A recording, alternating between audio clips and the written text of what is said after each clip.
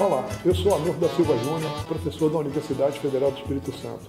Eu coordeno um grupo de pesquisadores interessados em discutir a educação superior brasileira sob diferentes perspectivas. Vou apresentar aqui para vocês uma síntese das discussões que nós fizemos no artigo intitulado Felicidade, Passeio no Vestibular, mas a faculdade é particular. Paradoxos da educação superior brasileira. Esse artigo ele foi inspirado no samba clássico de Martim da Vila, intitulado O Pequeno Burguês. Apesar desse samba ter sido escrito na década de 60, as discussões colocadas nesse samba ainda são bastante atuais quando a gente analisa a educação superior brasileira. Nós fizemos uma análise do discurso da letra do samba e identificamos lá um conjunto de paradoxos. Nós começamos a analisar 5 paradoxos presentes na educação superior brasileira. O primeiro deles diz respeito à fronteira entre o público e o privado. A educação superior brasileira, desde 1889 até 1960 aproximadamente, ela era uma educação eminentemente pública e gratuita.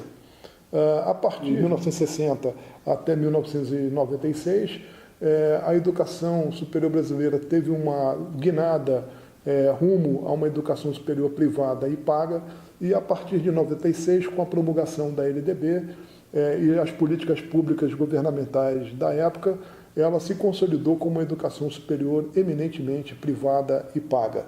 Esse tipo de perspectiva nos traz ao segundo paradoxo, que é o paradoxo da relação da concepção entre a educação como bem público e uma educação como mercadoria. A educação ela vista como bem público e um direito social, ela tem como finalidade essencial a formação de sujeitos e o aprofundamento da cidadania e, obviamente, a democratização da sociedade por meio do acesso à educação a todos de forma irrestrita. Já a concepção de educação como mercadoria, você tem a concepção de um serviço que ele é comerciável e acessível a apenas uma pequena parcela da sociedade. Então a gente vê claramente que um paradoxo está conectado ao outro. A educação pública, remetendo à concepção de uma educação como um bem público, e uma educação privada, um ensino superior privado, remetendo a uma concepção de educação como mercadoria, ou seja, algo que é comercializado. Assumir a educação superior como uma mercadoria, ou seja, uma educação eminentemente privada, a gente encontra na educação superior brasileira um terceiro paradoxo, que é a questão do financiamento público por parte de programas como, por exemplo, o FIES e o ProUni, que viabilizam financeiramente as instituições privadas. Só a título de ilustração, no Brasil existem 4 ou 5 instituições que elas estão no mercado de capitais, e essas 4 ou 5 instituições que estão com ações negociadas em Bolsa de Valores, elas hoje são responsáveis por aproximadamente 25% das matrículas na educação superior brasileira.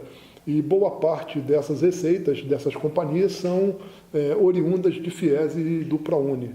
Ou seja, nós temos aí um outro paradoxo que é o Estado, é o financiamento público, viabilizando financeiramente as instituições privadas, sobretudo essas que estão no mercado de capital. O quarto paradoxo que nós identificamos na educação superior brasileira está ligado diretamente à questão da educação superior privada. No Brasil, a educação superior privada, ela recentemente, ela acabou seguindo para o rumo de uma duplicidade tributária, em que existem instituições privadas sem fins lucrativos e instituições privadas com fins lucrativos. Essa é uma característica típica do modelo brasileiro, e aí a gente observa uma questão interessante. As instituições privadas sem fins lucrativos, elas gozam de isenção tributária, mas, via de regra, elas não prestam contas das suas ações para a sociedade. Ou seja, o Estado abre mão de cobrar impostos dessas instituições, e essas instituições elas não informam para a sociedade o que é feito dessa isenção tributária.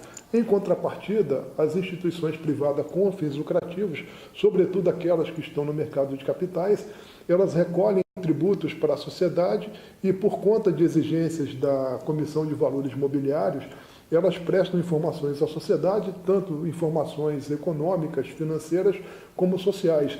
Isso por meio de demonstrações contábeis, como a DVA, o balanço social, o balanço patrimonial e a demonstração de resultados de exercício. O quinto paradoxo que a gente identifica na educação superior é a relação no papel da inclusão e a exclusão social. Entende-se de uma certa forma que a educação superior ela tem um papel importante na inclusão social, mas no contexto brasileiro o que a gente observa é que essa inclusão social ela às vezes não se materializa.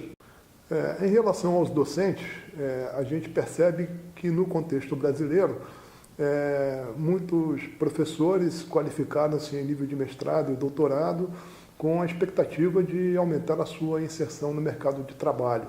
E o que a gente tem observado, na realidade, é que muitas instituições privadas optam por reduzir os seus quadros de mestres e doutores por conta de redução de custo, ou seja, o sonho de inclusão social via qualificação, na realidade, se torna uma ameaça para a inserção desses docentes no mercado de trabalho.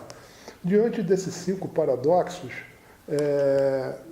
torna-se necessário repensar algumas questões em termos de políticas públicas e concepção da educação superior.